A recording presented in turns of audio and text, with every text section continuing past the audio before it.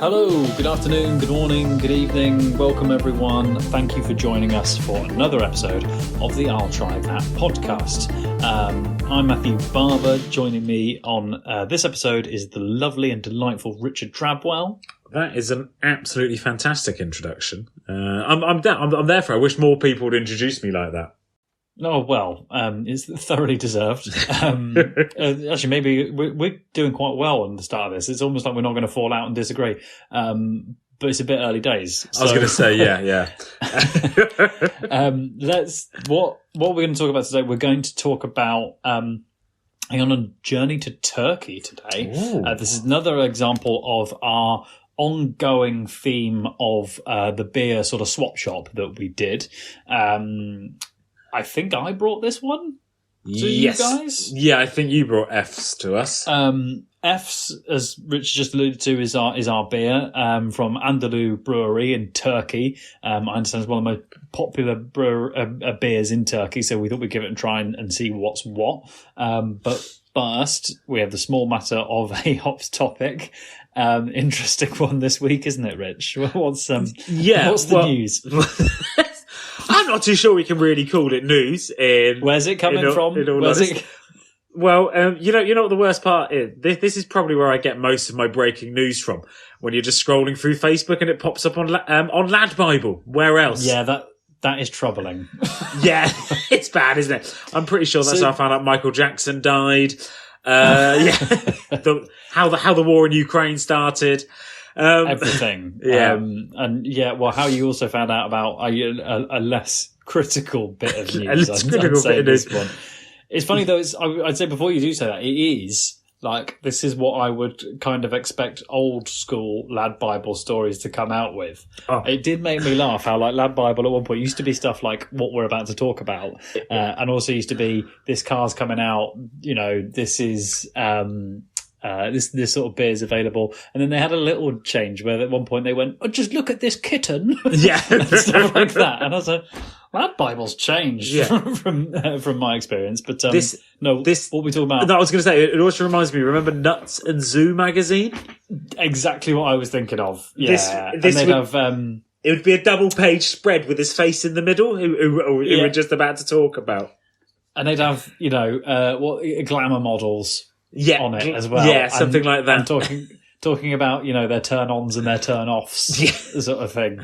Nice throwback for Lad Bible, this one. Yeah, well, there we go. So, it is currently there is a lad on TikTok who has decided to set himself a challenge, or there was a challenge set down by, I believe it was, there was another person who said, you know what, I'm going to drink 1,000 pints in a year. And he was going to catalogue it.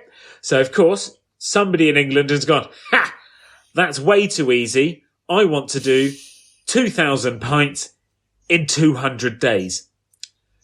Which is...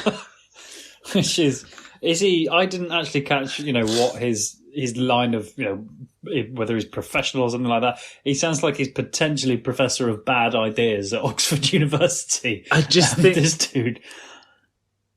So, basically... 2,000 pints in 200 days, which is the equivalent to 10 pints a day. See, that also, I couldn't quite get my head around the scale of that, because that's that bit of maths I can do.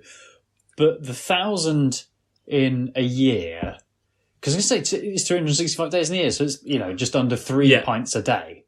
And that is going some. And that is going every day. I was just chatting to you before coming on to this that I'm kind of cutting back on my beer intake and everything like that, and I'm trying to stop drinking as much. And I'm trying to think, I was only maybe having 2-3 beers during the week, maybe, sort of thing, nothing crazy, nothing pressing or anything like that. But this chap is having 10 beers a day. Every day for 200 days. Every day for 200 days. We've all, me and you, we've definitely both had 10 beers together at some point in one sitting. Indeed. Sort of thing. And just about lived to tell the tale. And just about lived to tell that. And woken up the next morning and decided, no, we're going to do nothing other than just watch Game of Thrones all day. I'm sure I'd also heard something about a rugby player a while ago who sort of proudly boasted that on one particular night out he got up to like 25 pints of lager or something like that. But again, like 10, it's bold, isn't it? Has he explained why? Is he raising money for charity? Is there like some good coming out of it, or is it just see if he can? He's just seeing if he can, and he's recording it on TikTok. So, of course, he's probably wanting to be TikTok famous. And the trouble is, he's racked up millions of views already. So he's got. I suppose it's going to happen, isn't it? Yeah. And the thing is, as you said, I just don't think I could I can't function. When I get a hangover now, I'm out for a couple of days. How old is this guy? I think he was 22, 23. Yeah, I suppose there's an age to do it. Is that one. But yeah, I was thinking, you said about that guy. Doing 1,000 over the course of a year, he could kind of, give himself a couple of days off by doing 9 pints in a day, and then he's done himself for 3 days. But 9 pints is a lot. Yeah, 9 pints is a lot one day. Yeah, I think that, in short, I think that gentleman who's gone for 2,200 days is going to come to rue and lament his decision. Oh, but I suppose. Is he drinking the same beer?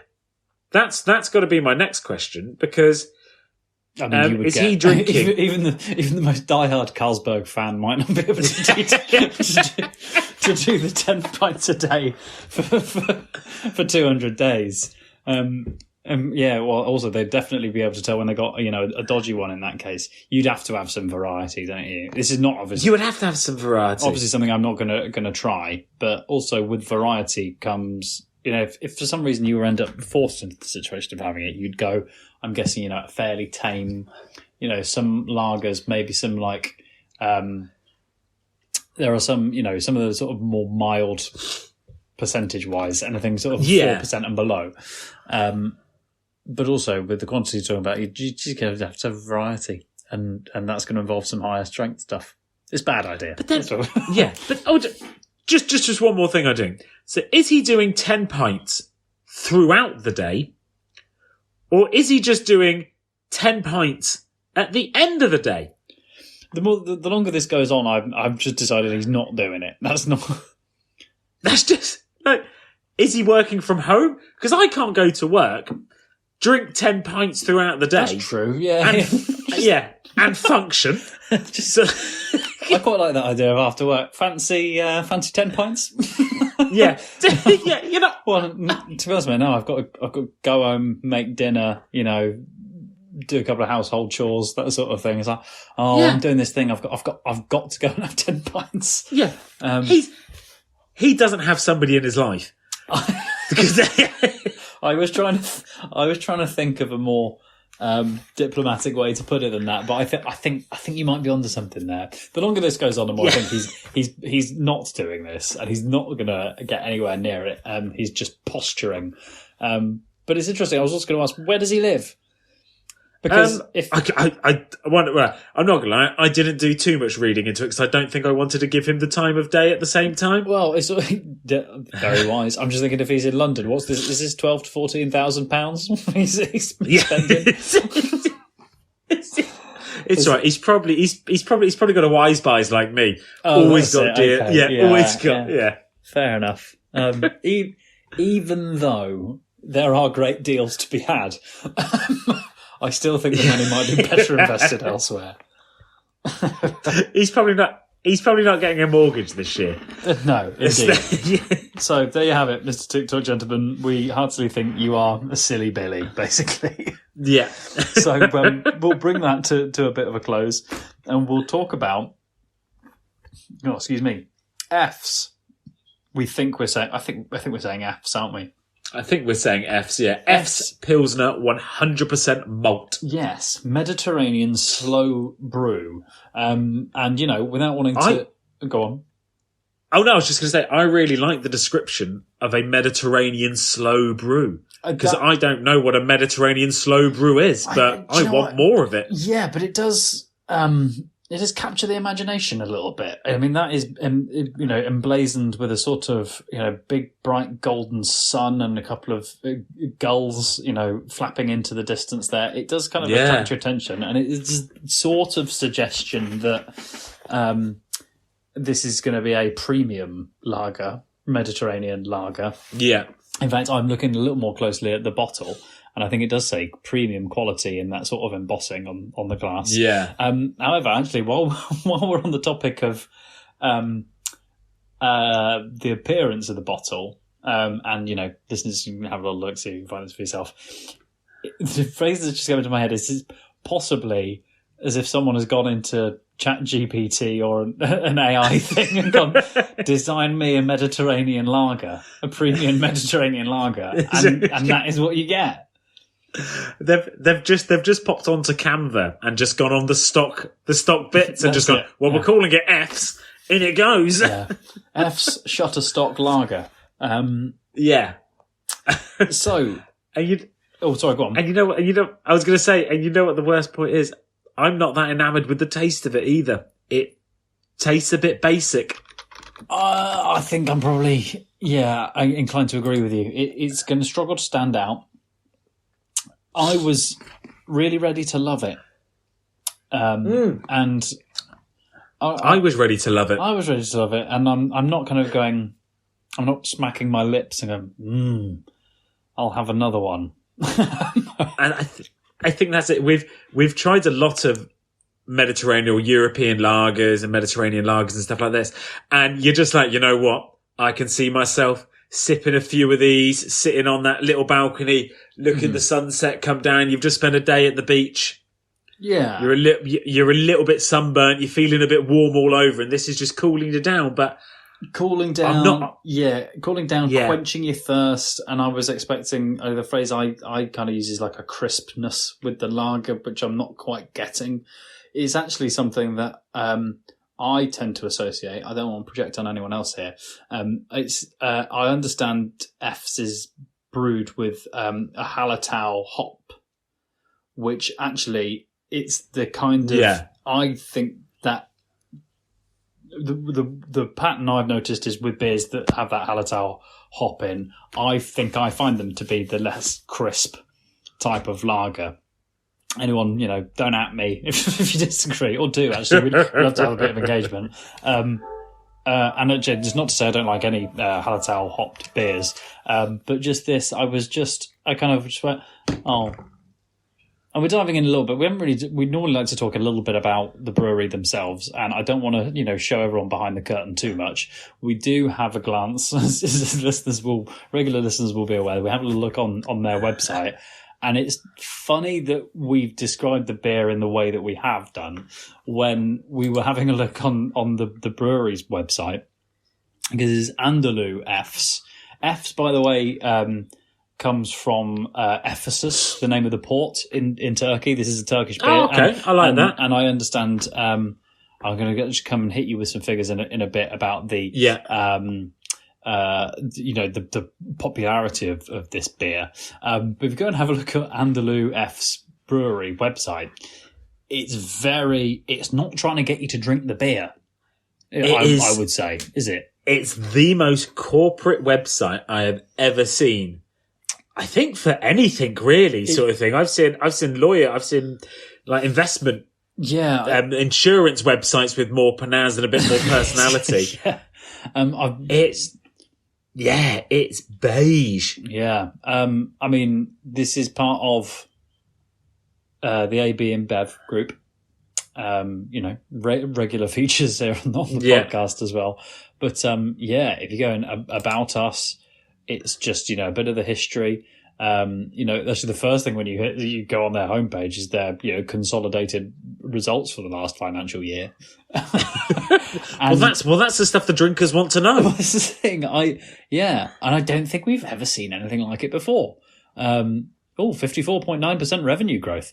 That's good. That's really good to know. So it's interesting, isn't it? I guess I understand it is a really popular beer, and I think well distributed in Turkey, for instance. So I guess they're sort of feeling, well, we don't really need to engage potential drinkers because we've got that on lockdown, and the financials speak for themselves.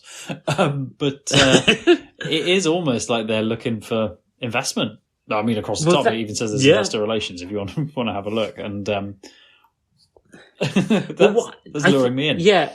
I think what I struggle with is that I'm trying to find what else Efes does, lager and beer wise, and I can't find it on the website unless I have to deep dive and really search for it, which in all honesty I'm not going to do.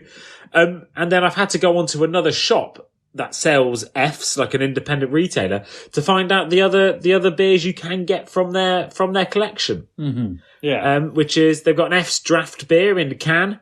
They've got an Efes draft lager in a bottle. Of course, they've got their Pilsner. And that's it. That's all they've got. Well, I suppose they don't really to market if they've only got 2 beers. Well, so I'd seen, I think they do, I'm sorry, I've lost it now. They do, a Fisi, because we had Tuborg Fisi. Yeah. A little while ago. Oh, wait, so they've got Efes draft, Efes Dark, Efes Light, Efes Extra, Efes Ice, and Efes Dark Brown, by the looks of it. I've got an Efes in addition to their Summer flagship Brew. Pilsner. Oh, okay. Well, I take it back. They have got a bit more out there, but once again, it just wasn't out there for us to see. Yeah, and I mean, so the thing is, though, also, I think we were starting off sort of saying that how we wouldn't really expect it to, or to our minds at least, it doesn't particularly stand out as a beer. But again, they might be, if they were looking at, for instance, UK market, they might go, yeah, that one's pretty flooded with European beers. Yeah. Don't worry about it, sort of thing. They might have their own. Actually, it took here me we go. through rolling through their Instagram for quite a long time to find that they do a white ale as well. Well, I'm just here's some interesting facts sort of thing. So how many places do hit me? So how many countries do you reckon it goes to? 14. 50 markets. Blimey. Okay. All right. Africa, Asia, Europe, North America, Yeah. the UK. Apparently it's sold in Wetherspoons. Is it? Well, apparently so. That's what the Wikipedia page says, so it's truthful. To be fair, I've not... Well, actually, no, I was in Wetherspoons very recently, but actually it had been a bit of a delay prior to that. I'd actually been in one. I'm not going to rush to drink this because actually so far I'm not really enjoying the beer that much. Yeah, that's true. Yeah, but there's always options at Wetherspoons. Yeah. If anything, maybe too many options at Wetherspoons, but it's that bloke doing his 2,000 pints in 200 days is going to be absolutely laughing if he goes in there. Oh yeah, he'd be raking it in. Do you want to know also? Sorry, I also want to clarify. We've had a look at a few websites in particular over the course of this podcast. There's one that for me has not come up previously, which is apparently a place that, well, they at the very least provide a fact file for Fs. Although it is on a particular theme. Richard, I'm going to ask you, have you ever come across beerandbiceps.com?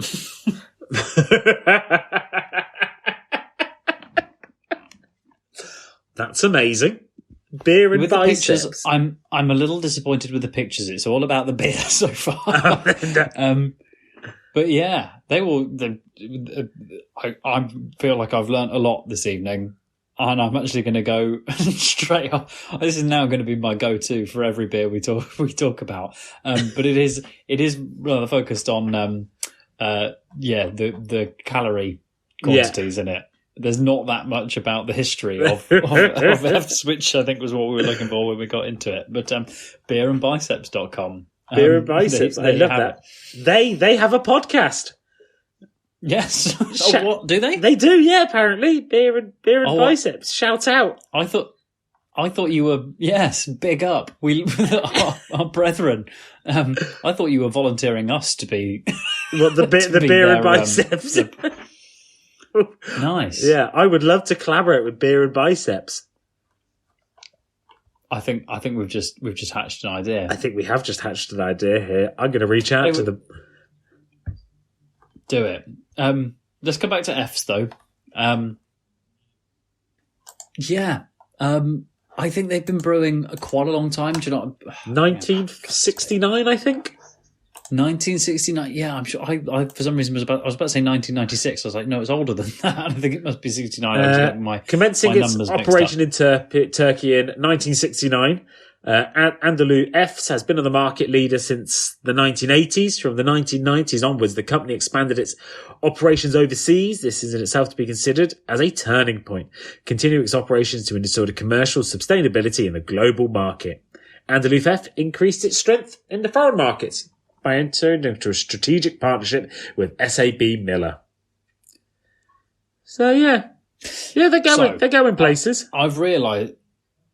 This is, and I think, they've been really, really popular in Turkey, and that's working out for them. But it's jumped into my mind. I think possibly why I brought Fs in is when we did the beer swap sort of campaign thing. It was a little bit of my. I was quite keen for us to actually have a little bit of a taste of all the most popular beers from different countries around the world. So at some point we might be able to bring it all back and say, okay, which countries have our favourite beers? Do we sort of align with the most popular beers from that country, which were our favourite sort of thing? Yeah. Based on what we've seen so far, I'm going to put maybe an easier way for us to keep track of it and maybe rank it later on is if we have like a score of 1, 2, and 3. 1 good, 2, 3 not mad about. And I'm sorry, FC, you're going to be in category 3 for me. Yeah, you're just not quite revving the engine. Maybe I'm not in the right place, the right location, the right climate. But I just had higher expectations, basically. Yeah, I was genuinely excited to get involved in Fs, but I've just not, as you said, not revving my engines. It's just not for me, I don't think. Yeah, and it's a bit of a shame because I think it's probably impacted my drive to find out more about, for instance, our Mediterranean slow brew. I'm trying to think about what you also qualifies as a Mediterranean beer, and I'm thinking also geographically, close to Turkey, anywhere on the Med, I suppose. And I'm thinking if I was maybe in Turkey drinking Fs, that would make a whole lot of difference. Pretty much, yeah. So when you're drinking Mythos in Greece, or I think Alpha's the other one in Greece. Like, you cannot get enough of it. Do you know what? And also, it's a little bit hypocritical of me because I imagine if someone actually put Fs next to Mythos and I had to do a blind tasting, I'm not going to say I could get the answer right. But a lot of these beers, as they say, not quite the same as when you have them in location. So maybe that's what's playing a part here. Yeah, maybe we both need to be on the Mediterranean, sitting watching the sunset. I feel probably eating a nice fish dish. I've got a feeling. Yes, yeah. And I don't know, this is quite a romantic setting for you as well. We'll bring Joe too. That's fine. And our partners, they can be sitting on another table, but we're having the moment with the beer and the fish. But they're over the other side. That's it. It's work, really, because we wanted to inform the podcast, basically. Basically, that's it. And then it's tax deductible as well. So we're kind of just winning in all situations. Nailed it. So, shall I talk? I think we've got some numbers here. Not abundantly clear if there's like for the UK split out for the socials, but F's Pilsen beer. It's a Pilsner as well. I don't think we actually at any point mentioned it was a Pilsner. There you have it. You heard it here first. 2,105 followers. Which again, for the most popular beer in Turkey, would have. But the thing is, it's descriptive of their website and just their, isn't it? That's not out to engage everyone. Just their media presence. Not great. Therefore, no big surprise. Also, Fs, which is at Fs on X. Yeah. Or formerly Twitter, 2,471. Oh. So not loads. Okay. It's probably the same people on Instagram are following them on Twitter.